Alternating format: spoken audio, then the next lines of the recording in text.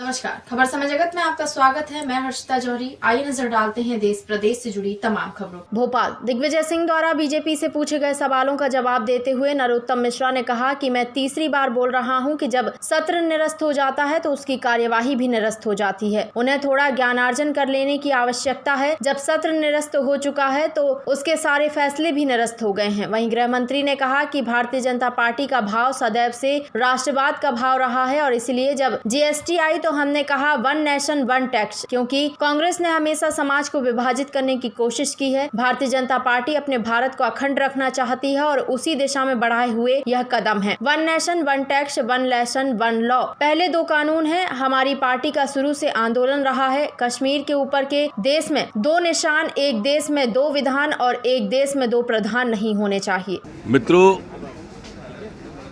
मैं तीसरी बार आज कह रहा हूं। पहला उनने कहा था कि सत्र विधायकों के आग्रह हो गए, तब मैंने उनसे कहा था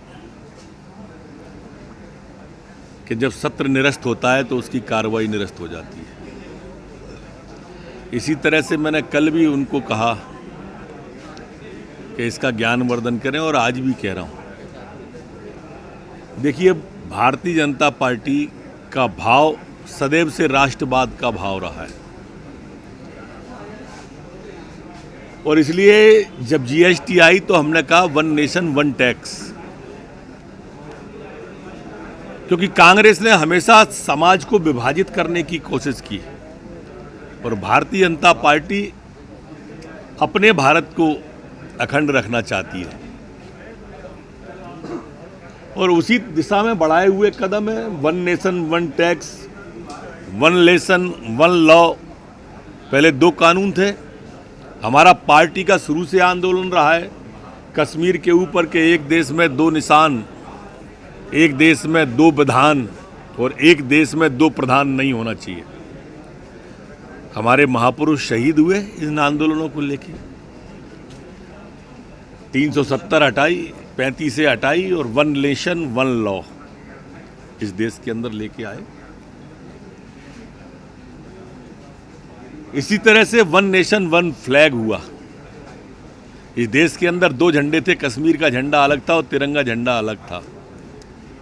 one nation one flag Bharatiya Janata party ही लेके आई और अब इसकी भी महती आवश्यकता है कि वन नेशन वन एजुकेशन हो।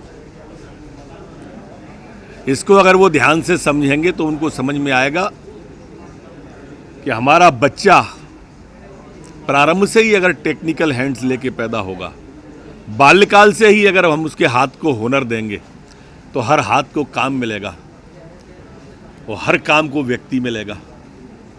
इस एजुकेशन की कई विशेषताएं हैं जो केंद्र सरकार ने पारित की है। माननीय प्रधानमंत्री जी की दूरदर्शिता निश्चित रूप से जो हमारे भारत के प्रति उन्होंने सोच रखी हुई है